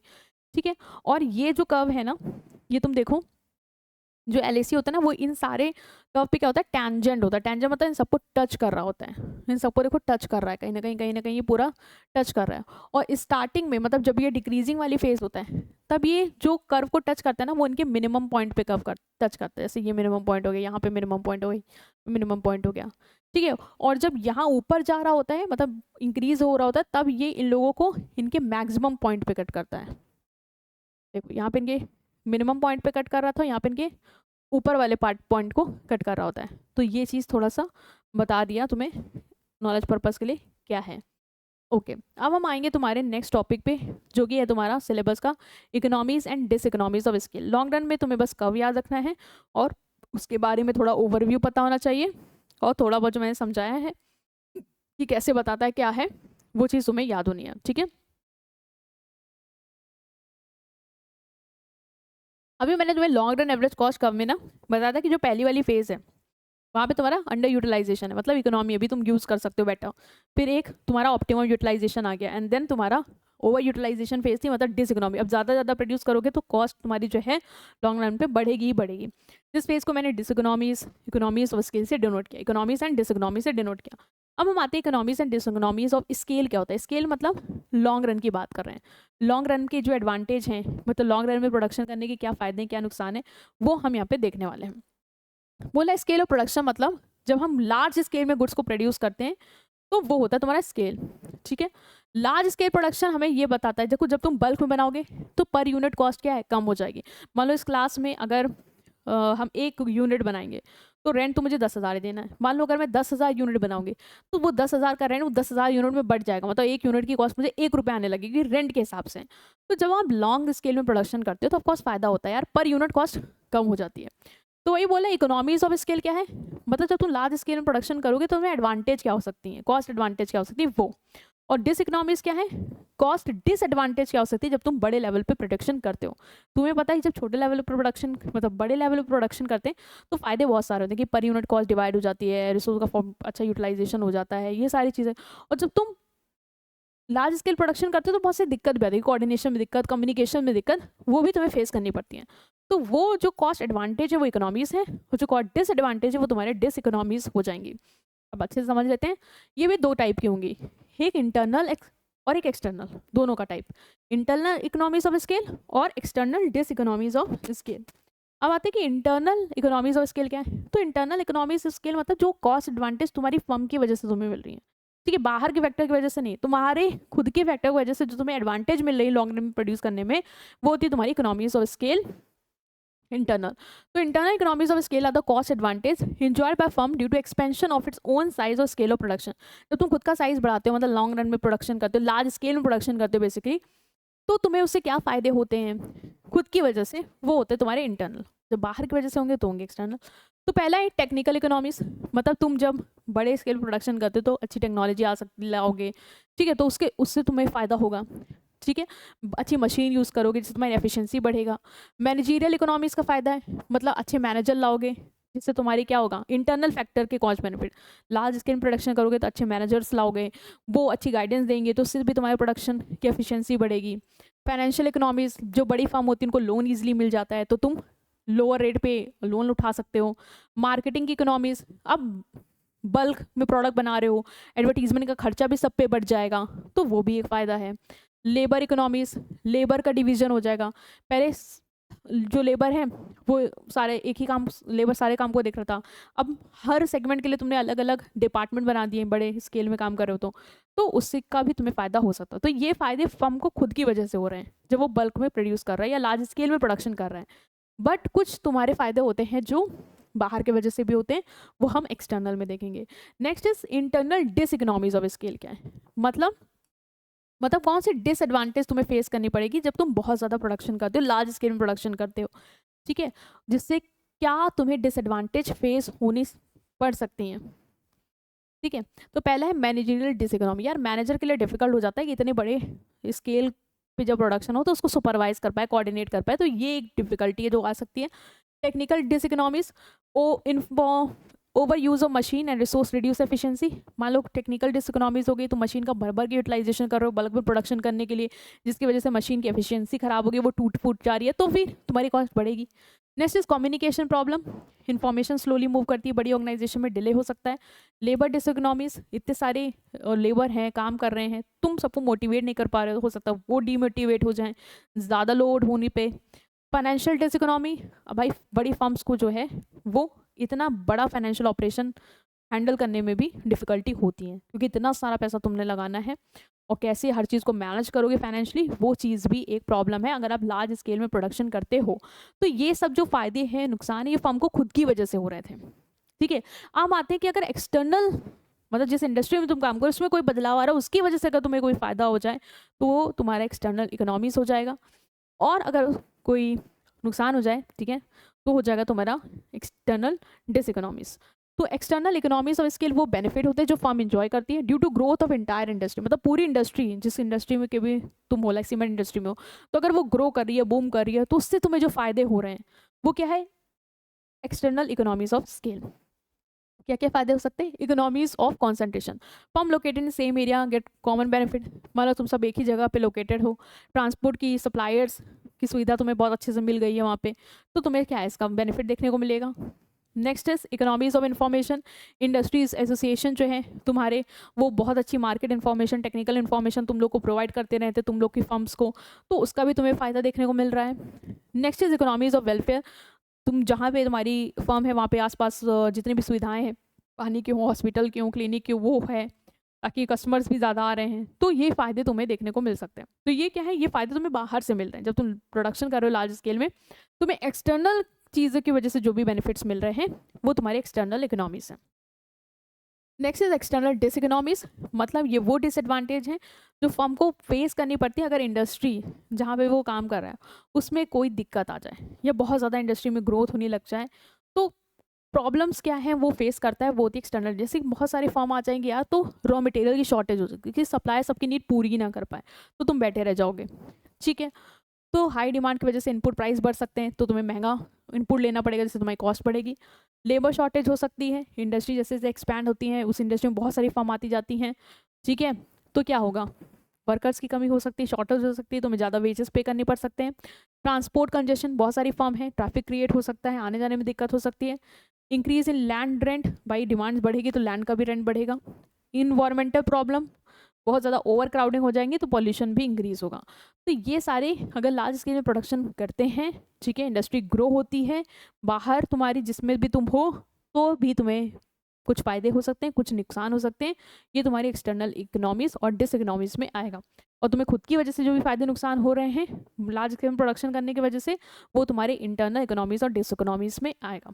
तो ये इंपॉर्टेंट टॉपिक था जो तुम्हें याद रखना है, ठीक है। सो ये हमने देखा। इसके बाद तुम्हारा रेवेन्यू बचता है और आई गेस डीएमयू बचता है। और भी कोई टॉपिक तुम्हारे दिमाग में हो तो उससे बता देना पेपर से पहले, ठीक है, हम उसे कवर कर लेंगे। सो वीडियो को लाइक करना, ठीक है, चैनल को सब्सक्राइब करना। See you in next video, till then take care, thank you.